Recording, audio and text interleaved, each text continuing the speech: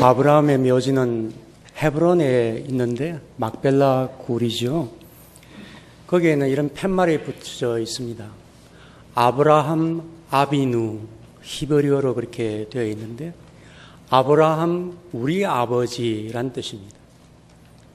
아브라함을 아버지, 할아버지, 조상으로 이렇게 부르는 것은 이스라엘 사람들에게는 당연하죠. 하지만 우리는 외국인이고 이방인이고 그래서 아브라함은 믿음의 조상, 위대한 인물, 이 정도로 우리는 부르고 있습니다. 성경을 읽을 때도 이스라엘 사람은 좀 다릅니다. 우리는 위대한 인물들의 이야기를 읽는다는 그런 느낌이 들지만은 이스라엘 사람들은 우리 할아버지들의 이야기를 읽는다고 그렇게 듣고 있습니다. 우리 가족의 이야기.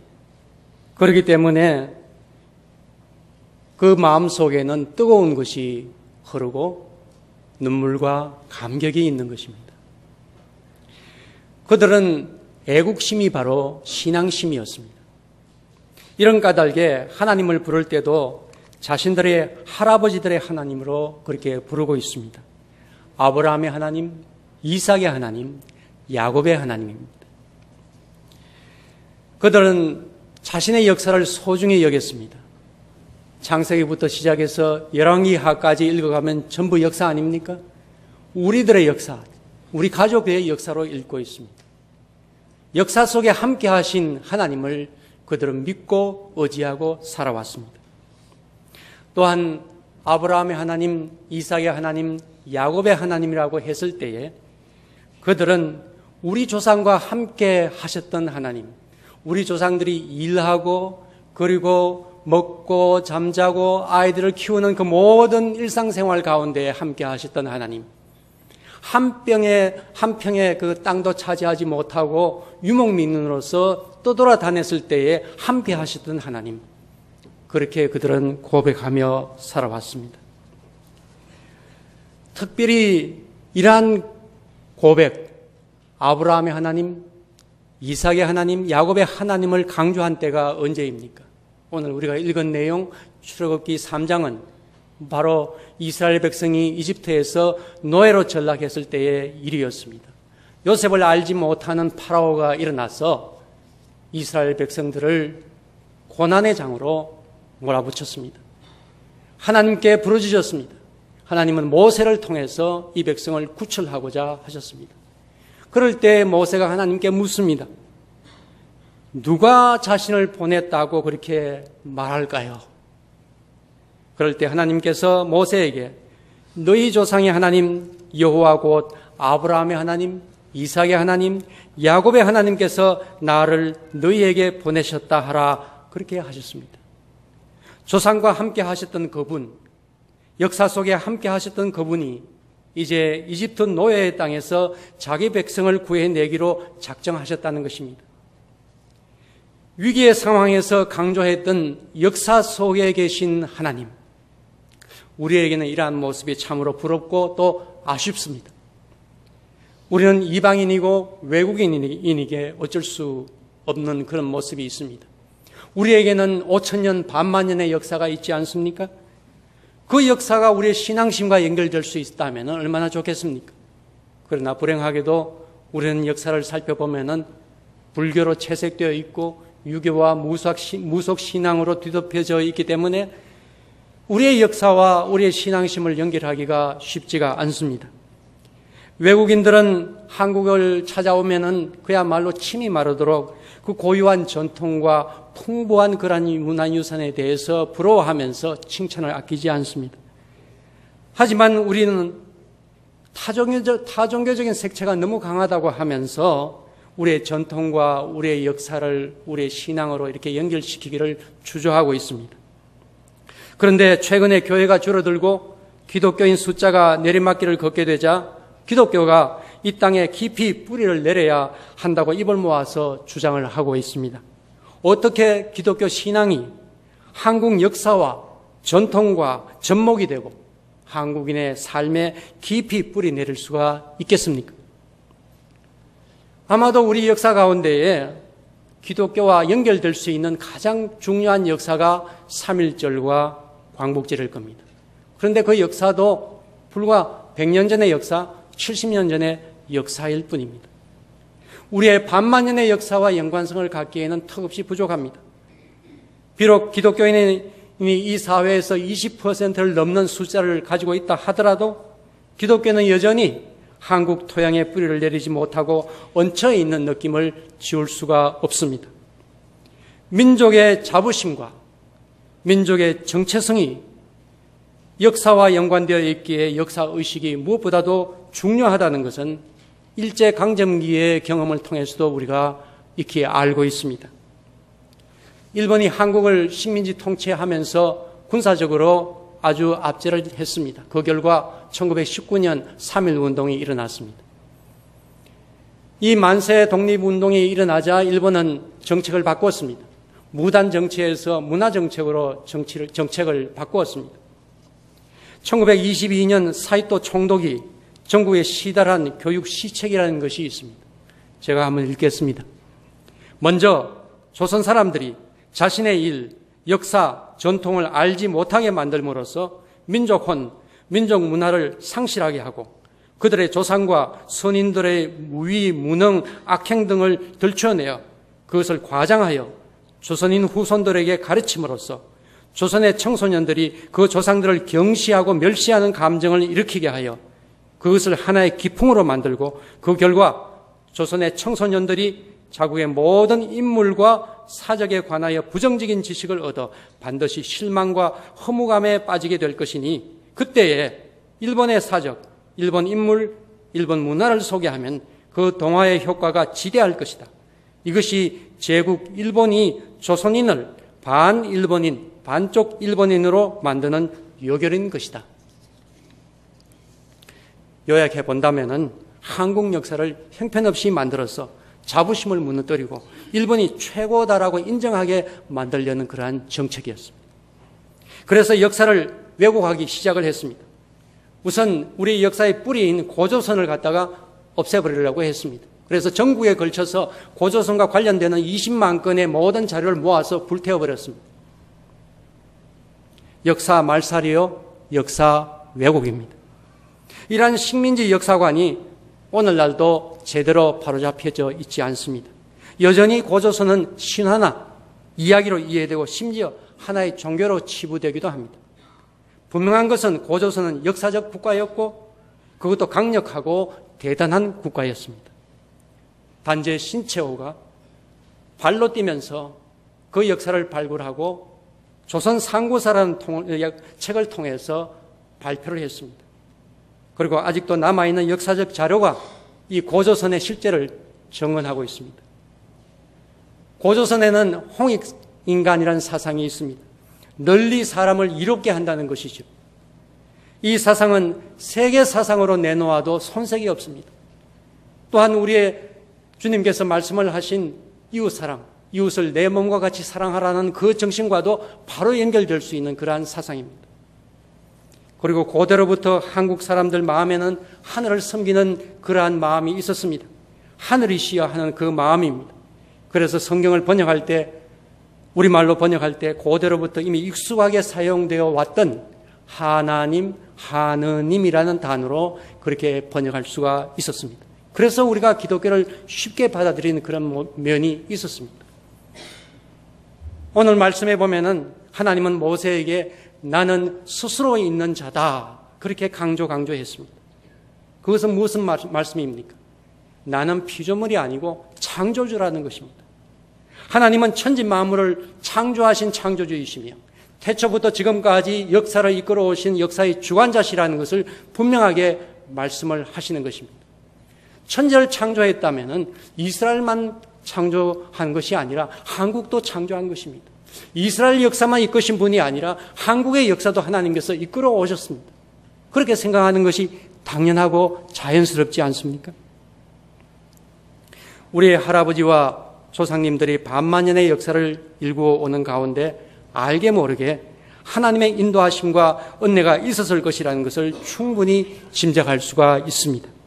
그렇다면 불교나 유교로 채색되어 있다고 여기면서 우리의 전통과 역사를 던져버릴 것이 아니라 다시 한번 살펴보고 우리의 뿌리를 확인할 필요가 있습니다. 뿌리가 깊지 않은 백성, 뿌리를 내리지 못하는 종교는 무성하게 자랄 수도 없고 쉽게 넘어져 버립니다. 우리의 마을 정신, 상호부조의 그 공동체 정신을 부러워하는 프랑스 신부가 있었습니다. 1850년대에 선교하러 이 땅에 온 다블리 주교라는 신부였습니다. 19세기 중반에 조선 사람들의 나눔의 마을 공동체 정신을 다음과 같이 소개하고 있습니다. 이 나라에서는 자선 행위를 진정으로 존중하고 실천한다. 사랑방에서 받는 대접 이외에도 적어도 식사 때 먹을 것을 달라면 거절하지 않는다. 심지어 어떤 경우에는 일부러 그를 위해 밥을 다시 하기도 한다. 들에서 일하는 일꾼들은 식사하다가 지나가는 사람에게 절거히 자기 밥을 나누어 준다. 배사공들은 밥을 먹지 않고 배 타러 나온 사람과 나누어 먹는 것을 철칙으로 한다. 잔치가 벌어지면 언제나 이웃 사람들을 초대해서 형제처럼 모든 것을 나눈다. 여비가 없이 길을 떠나는 사람은 엽전 맨잎의 도움을 받는다. 없는 사람과 나누는 것, 이것이 바로 조선인이 가진 특성 중에 하나다. 이 나라 백성들에게 상호 부조는 자연스러운 것이다. 여러 차례에 걸쳐서 우리는 큰 감동을 받았다. 예덕을 알지도 못하는, 즉 복음의 그 사랑을 알지도 못하는 사람들이 형제애를 실천하는 것을 보면서 부끄러움을 느꼈다. 또한 그만큼 우리는 우리의 근대적인 이기주의에 대해 정오와 가정스러움을 느꼈다. 결혼식이 있을 경우 친척과 지인들은 비용의 측면에서 그 집을 도와줄 의무가 있기 때문에 각자가 조금씩 부조를 한다. 마을 사람들은 언제나 필요한 노역을 무료로 해줄 준비가 되어 있다. 장례식의 경우에는 부담이 훨씬 크지만 각자가 조금씩 수고를 한다. 이런 일은 개인적인 것이 아니라 매우 공적인 것으로 강조하는 듯이 보인다. 마을 사람들이 밤낮으로 상갓집에서 일해주는 관습이 잘 정착되어 있다. 화재를 당한 집이 있으면 이웃들이 각기 무언가를 조금씩 가져다 주며 집을 다시 짓도록 공짜로 일해준다. 이것을 도둑집이라고 이야기한다고 합니다. 낮에는 일하고 밤에 시간을 짬내서 가서 집을 지어주는 것이죠. 마을에 몸이 불편한 사람이나 병자가 있으면 자기 집에 약이 있는 사람이 서둘러 갖다 준다. 자기가 갖다 주었다고 말하지도 않으며 대부분 공짜로 갖다 준다. 농기구는 언제나 누구나 사용할 수가 있다. 농번기가 아니라면 소도 자주 빌려준다. 한마디로 누구의 소유이든 다른 사람들과 똑같이 사용할 수 있다. 이것을 보면 재산의 공동체를 형성하고 있는 것 같다. 마치 초대교회의 모습을 보는 것 같지 않습니까? 그러나 우리는 익히 이 모습을 잘 알고 있습니다. 우리가 가지고 있는 전통입니다. 예수님은 너희가 서로 사랑하면 이로써 모든 사람이 너희가 내 제자인 줄 알리라고 하셨습니다. 비록 복음을 알지는 못했을지라도 이 조선 사람들의 모습은 예수님의 제자 같습니다. 이것이 우리가 가진 전통이었습니다. 이처럼 소중한 것이 어디에 있습니까? 이 전통을 하나님께서 우리 민족을 인도하신 전통으로 여기며 우리의 신앙과 연결시킨다는 것이 과연 잘못입니까? 3.1운동 김인현 독립선언문에는 이러한 글귀가 있습니다. 역사 이선 지 여러 천년에 처음으로 다른 민족에게 억눌려 고통을 겪은 지 이제 10년이 되도다. 이 말이 무슨 말입니까? 우리의 반만년 역사 가운데에 나라가 멸망하고 국권을 빼앗긴 적은 한 번도 없었는데 유독 일제 이 시기만큼만 이 국권을 빼앗긴 이러한 모습이 되었다고 탄식하는 것입니다. 그런데 주위를 한번 둘러보십시다. 우리 옆에 중국이 있지 않습니까? G2라고 하면서 세계 지금 2위의 강대국으로 올라와 있습니다. 그런데 중국의 역사를 보면요, 900년부터 시작해서 1900년까지 1000년 동안 얼마만큼 자주 독립을 구가하고 자주권을 행사했느냐? 불과 명나라 300년밖에 되지를 않습니다. 그 전에 역사를 이렇게 보면은 거란족인 요나라, 여진족인 금나라, 전부 이 만주 쪽에 있는 민족들입니다. 그 민족들이 쳐내려가서 중국을 정복하고 다스렸습니다. 징기스칸의 몽고족은 여러분도 잘 알다시피 중국을 다 정복해서 그렇게 다스렸습니다. 그 후에 명나라가 있고 그 다음에 마지막에 청나라가 있지 않습니까? 청나라도 만주족이 내려가서 정복해서 다스렸던 그러한 국가였습니다. 1000년 동안 자주 독립을 유지했던 기간은 불과 300년밖에 되지 않았습니다. 그러나 우리 한국은 반만년 역사 속에서 자주 독립을 빼앗긴 그러한 시기는 일제시기 36년밖에 없습니다. 지금도 만주에는 200만 명이 넘는 우리 민족이 살고 있습니다. 중국 전체에 250만 명이나 되는 한국 사람이 살고 있습니다. 만주야말로 우리의 뿌리고 우리의 역사의 고향입니다. 참으로 우리에게는 아쉬운 그러한 모습입니다. 이처럼 역사를 살펴보면 한국 사람들이 자부심을 가질만 합니다. 반만년의 역사를 대부분 노예같이 살지 않았다는 것입니다. 주인의식을 가지고 살았다는 것입니다. 그리고 만주와 한반도를 하나로 연결하면서 동아시아의 리더로서 그렇게 살아왔다는 것입니다. 문화적으로 살펴보면 한국은 목판 인쇄물에 있어서 세계에 가장 오래된 목판 인쇄물을 가지고 있습니다. 세계적으로 도서를 전시하는 곳에 가면 제일 앞에 신라에서 만들었던 그 스카탑에서 나온 그 다라니경을 전시하고 있습니다. 세계에서 가장 오래된 목판 인쇄물입니다. 금속 활자는 한국에서 제일 먼저 나왔습니다. 고려시대에. 우리가 쓰고 있는 한글은 세계 언어학자들이 가장 과학적이고 가장 발달된 언어라고 칭찬을 아끼지 않습니다. 이 정도면 참으로 우리가 자부심을 가질만 하지 않습니까? 더구나 한국의 위치는 세계인이 부러워하는 그러한 곳입니다. 인천공항이 개항된 지 얼마 되지 않아서 세계 제1의 공항으로 그렇게 순위가 매겨졌습니다. 여러 가지 요인들이 있겠지만은 위치가 좋은 거죠. 어쩌면 너무도 중요한 위치에 있기 때문에 세계의 열강들이 한국을 눈독 들이고 있기에 이때까지 남북 분단이라는 혹독한 시련을 우리가 겪고 있는지도 모릅니다. 분단된 그러한 남한으로서 허리가 잘린 그러한 상태에서도 세계 10위권에 들고 있지만 만약 통일이 된다면 당연히 세계의 리더로서 역할을 감당하는 반열에 오를 것으로 우리는 봅니다. 우리만 그렇게 보는 것이 아니라 세계의 학자들도 그렇게 보고 있습니다. 고조선과 고구려와 발해가 대제국으로서 리더 역할을 하였던 것과 같이 한국이 새로운 리더의 역할을 할 것으로 보입니다. 이러한 까닭에 평화적인 통일은 우리의 기도 제목이 될 수밖에 없습니다. 그런데 한 가지 우려되는 그러한 대목이 있습니다. 중국이 고구려 유물과 유적을 유네스코에 신청을 해서 중국의 문화유산으로 등재시킨 사건입니다. 북한과 공동으로 등재시켰는데 2004년의 일입니다. 벌써 12년 전의 일입니다. 중국은 동북공정이라는 이름으로 만주에 있는 고구려 발해를 자신들의 역사로 편입시키는 작업을 아주 치밀하게 해왔고 많은 돈과 많은 학자들을 동원해서 그 일을 해왔습니다. 드디어 세계적으로 알린 것입니다. 얼마 가지 않아서 고조선도 중국의 역사로 만들 것으로 그렇게 예상이 됩니다. 이것은 우리의 역사가 통째로 탈취당하고 있는 상황입니다. 1960년대만 하더라도 중국이 이러한 태도를 하지 않았습니다.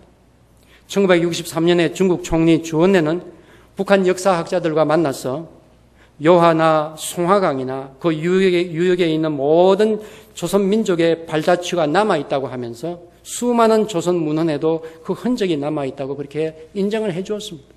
그런데 갑자기 이렇게 태도를 바꾼 이유가 무엇입니까? 그것은 1980년대에 아주 중요한 사건이 있었기 때문입니다. 만주에 홍산 문명이라는 것이 발굴이 되었습니다. 그 문명은 황하 문명보다도 훨씬 이전의 문명이고 더 찬란하고 아주 중요한 그러한 문화재가 많이 발굴이 되었습니다. 이 만주에서 발굴된 그 홍산 문명이 이렇게 드러나자 중국은 모든 역사를 이 홍산 문명과 연결시키면서 그것을 요하 문명이라고 이야기를 하고 자기들의 문화, 자기들의 역사라고 그렇게 주장을 하기 시작을 했습니다. 그러니 만주에 있는 우리의 고조선과 고구려와 발해의 역사를 그냥 남겨둘 리가 없습니다. 그걸 전부 자기들의 역사로 편입시킵니다. 이것이 바로 현재 중국이 하고 있는 것입니다. 역사는 사라지지 않지만 역사를 잃어버린 민족은 미래를 설계하기 힘듭니다. 이 사항은 우리 국가가 강력하게 대응할 사항입니다. 우리 국민들이 분명히 알아야 될 사항입니다. 비록 국경이 그렇게 두만강과 압록강으로 되어 있다 할지라도 우리의 고향이 만주이고 우리 한국의 뿌리가 만주라는 사실을 우리는 잊지 말아야 할 것입니다. 한국은 기독교 선교사상 특별한 나라로 알려져 있습니다. 천주교의 신부나 개신교의 선교사가 성경을 가져다 준 것이 아니라 한국인 스스로 성경을 외국에서 입수하여 들여와 읽었고 또 번역을 했습니다. 천주교의 경우에는 1600년부터 교리서를 통해서 복음을 듣기 시작을 했고 1779년에 신부가 오지 않는 상태에서 교리서만 읽는 상태에서 그들은 신앙을 고백하기 시작했고 그리고 신앙 공동체를 형성했습니다. 개신교의 경우도 선교사가 1885년에 인천항에 들어왔는데 그때는 이미 한글로 번역된 성경이 있었고 그것이 널리 퍼져 있었고 예수님을 주라고 그렇게 고백하는 그러한 신앙 공동체가 형성되어 있었습니다. 그래서 선교사들이 본국에 보고를 할 때에 복음의 씨앗을 뿌리러 왔는데 추수를 하게 되었습니다. 이렇게 보고를 했습니다. 이러한 역사를 볼 때도 분명 선교사보다 한국 땅에 먼저 오신 하나님의 역사가 있었음을 확인할 수가 있습니다. 복음이 이 땅에 들어온 그보다도 먼저 하나님께서 우리의 반만년의 역사를 이끌어 오셨다는 것을 우리는 고백할 수밖에 없습니다. 이러한 우리의 소중한 역사, 귀중한 전통, 자부심을 가져도 될 만한 위대한 정신적 유산을 보면서 하나님께서 우리 한국에 옛날부터 함께 하셨고 오늘도 함께 하신다는 고백을 할 수밖에 없습니다.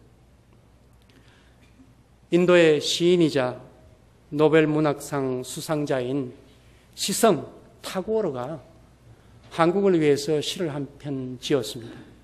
그때는 3.1운동, 독립운동이 좌절되고 있었던 그러한 좀 실망감에 빠져 있었던 1929년대입니다.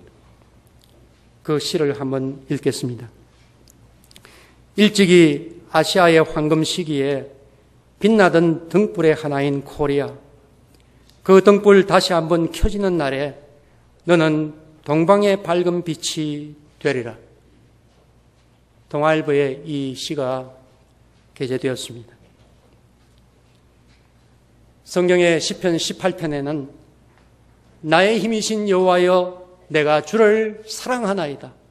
이렇게 시작을 하면서 주께서 나의 등불을 켜심이여 여호와 내 하나님이 내 흑암을 밝히시리이다라고 찬양하였습니다. 어서 속히 통일 한국이 되어 세계를 하나님의 나라, 하나님의 공동체로 만드는 일에 우리 한국이 선두 역할을 할 수 있기를 간절히 바랍니다. 이제까지 반만년 이상의 역사를 통해 우리 한국을 사랑하신 하나님께서 오늘 우리의 이 간절한 기도를 들으실 줄을 믿습니다.